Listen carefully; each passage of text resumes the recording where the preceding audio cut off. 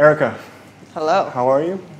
I'm doing great. I'm in the Netherlands and I'm stoked. Good to hear. So before we get into the record, I'd like to go back a little bit. I saw a picture of you. Well, it were two pictures. I think you were maybe 12 or 13, and one was before and one was after the grunge Yeah. type of thing happened. Was that around the time that you kind of discovered music and what it could do? I've always been a big music fan. So I had tapes, I had like Guns N' Roses tapes, Madonna, like Violent Femmes, Janet Jackson. So I've always liked music. Okay. But definitely something happened to me that year. That was, something transformative. Well, what was it? Was it a band? Was it? I think it was, so for people that don't know, it's like one picture's of me like in 6th grade and I have like kind of the same haircut I have now, but I'm like just really like white t-shirt and like apple cheeked and smiling, and then the next one is me like this, and I like dyed like pink and purple hair, and I'm looking like kind of like a Manson girl almost. Like I look super fucked up.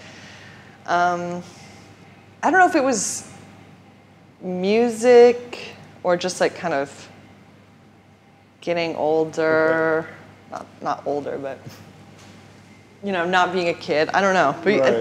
there was some music, I'm sure, in there as well. So it wasn't maybe I don't know the exact timeline, but it wasn't like Nirvana released an album and then. Well, I'm trying to think of when. I remember going to the record store one day and buying like a Babes in Toyland record and a Bikini Kill record on the same day. I feel like maybe there was a third one, but I was like just in the Bees section, and I was like, I've heard of both these bands, I'm gonna get them. And that could have been after. I'm like, okay, I'm dyeing my hair. Right. And like, so that, I remember that day, so it could have been like something like that. It was all over from then. Did you make music? Because you say music was very much part of your life, but did you make it yourself already? No. I had taken, my parents let me like take piano, but not for very long, and I never practiced. And I think I started like wanting an electric guitar maybe after seeing like Courtney Love on MTV with a guitar. And so having that like visual of it, and then also knowing like Kat Bjelland from Babes in Toyland was playing guitar. And so it seemed like the way. Kind of, yeah, the path to go down. Yeah, it was really important to see like that representation for me, to like it, I know Courtney Love can be like a very like controversial, divisive figure, but like for me, seeing her on TV when I was young and seeing a woman with a guitar like making music and fronting a band was like really powerful. Because at that time, did you think a career is not the right word maybe, but pursuing music was possible? Might not be the right word. I don't know. Honestly, I still don't know how I ended up kind of in music, Like I wanted to be a writer when I was young. I thought I was going to be a writer or a cowgirl, but that was like way earlier. So mostly like a writer. I think what happened was music was the thing that was coming to my hometown. Like there wasn't like that many films, or I didn't know any writers, but like because of kind of like the DIY movement and kind of like post-hardcore and like these and hardcore and like just like some grunge, but also things that like the light that was shined onto these different bands because of grunge. So like K Records and whatever, like people were getting in the van, and we had a really great booker in my hometown. And like I'm in the middle of nowhere, but we're like in between two freeways. So it's a great place to stop, but you have to have a great booker. And we had like this guy who would book these all ages shows, and so that was life-changing. So that was like the art that I saw. Right. And so yeah, that was like the most thing I was exposed to, you know. And so, but there were no women in the scene that played at all, like at all. It was lots of guys, and I just felt like in order to express myself, or I didn't think of it like that, like express myself when I was young or whatever, but I was like, I'm gonna play guitar so that I can be like in a band, like that's the thing. And so that's how it started, you know, and I did love music, for sure. That's interesting then, because you say you kind of grew up wanting to be a writer, so did you take that writer's approach to writing songs as well? No, I mean, I wanted to be a writer when I was like young. I was like, I'm gonna write, and I maybe still will. I maybe still write a book someday. But yeah, so that was like, you know, the methods of distribution, right? Like the modes of distribution, or like the culture that was hitting me at that time was music. And then even afterwards, when I moved to LA, I had wanted to be like a video maker. I wanted to make like experimental film or experimental video. But there just wasn't the same like network of that or possibilities of like exhibiting. Whereas like a band, you know, it's pretty immediate. Like especially if you're not worried about being super tight, right? You know, you can just kind of like get up there and instantly have a platform, you know, and then there are people around that come to your shows, you meet friends, you go to their shows, and there's community instantly, whereas like writing or making videos is a little more solitary. Sure. And so I just got kind of sucked back into music. And then I'm going to fast forward a little bit, because I believe you played in a couple of bands, but then Gowns Yeah. was a band that you performed in, or that you formed. How do you look back at that period? Oh, wow. And especially at the music that you made at that time. So I listened back to Red State not long ago because I kind of feel like I'm still interested in the same sounds, like on this new record, on Exile and the Outer Ring. I feel like the major influence on it is like my own music in a way, like from 10 years ago. And so I was kind of looking back at that, and I still like it. Like I still like the way it sounds. Like I put so much work into that Gowns record. Like I was the one sitting there on the computer with like teaching myself Pro Tools and like putting every little thing in its place and really like sculpting these sounds. And I'm like, I think it's cool, you know? Like it was a band that had a lot of like potential, but like built in with it was like a lot of chaos. Okay. You know, I mean, it was a band that was performing a lot in a scene that was predominantly pretty noisy. Like it was a lot of like power electronics or synth or improv.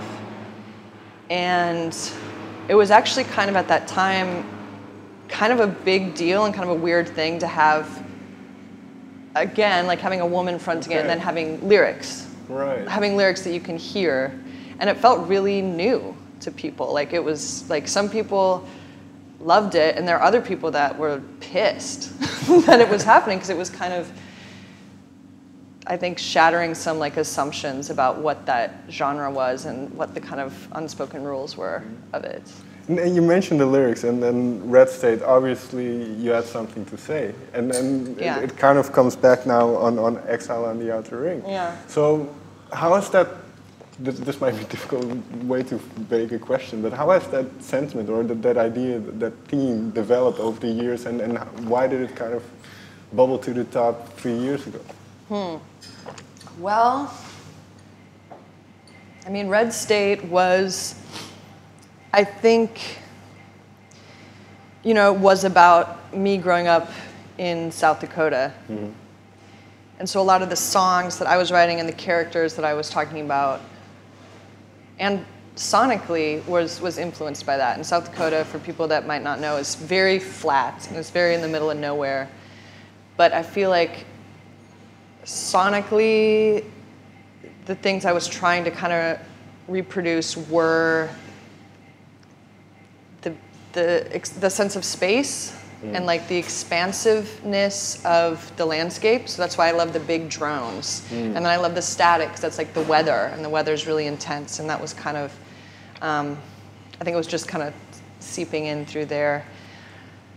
And then I feel like Past Life Martyred Saints was kind of really about California, and like the song California was kind of about living in Oakland, and like very different experience, but sonically it felt like that. Like I was kind of trying to make like a hip hop song. Like I was substitute teaching, and I was like, you know, like this young white woman from South Dakota, like trying to go in and navigate how to be in like mostly African American communities and like kind of have the day go smoothly. Right. So be respectful, and but just kind of taking both those things and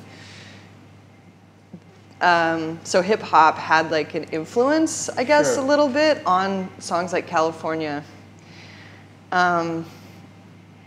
And Future's Void was just about, I didn't live anywhere. I was just like on the internet and on the road. So that was about kind of like having your 3D self like flattened into like an image. I lost my mind for a little bit there. I really did. Was that well, you mentioned the word solitary. Was it a very solitary process, the previous album? Which one, Exile? No, the Future's Void. Well, was that a very, kind of lock myself up in the room and...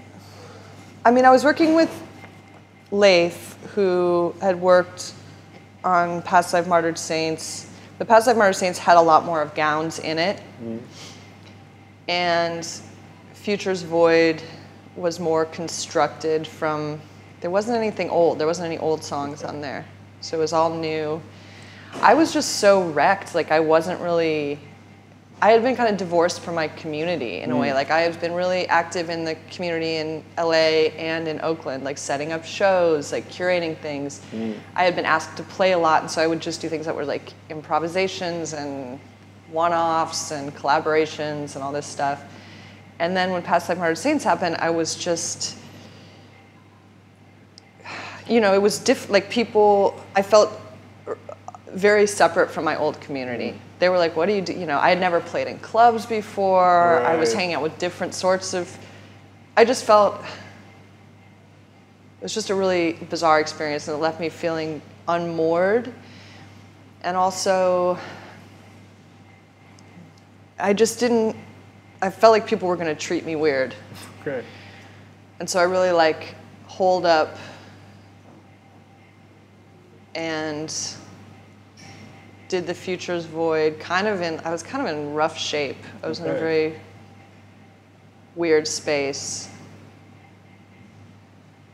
And in what sense? In kind of trying to figure out what type of music you wanted to make, or just where your place was? I mean, I felt really not only kind of disconnected from a community, because I had moved to Portland, but I didn't know that many people there, and I didn't know if I was supposed to make like new like indie rock friends or something, even though I would mostly been in like these more experimental communities. I didn't know who my peer group was or who my community was, and I just was like, I felt weird, and I didn't want to be, I didn't want people who had just seen a picture of me or like read about me to have judgments. I didn't want to navigate that, so I just instead really shut myself off.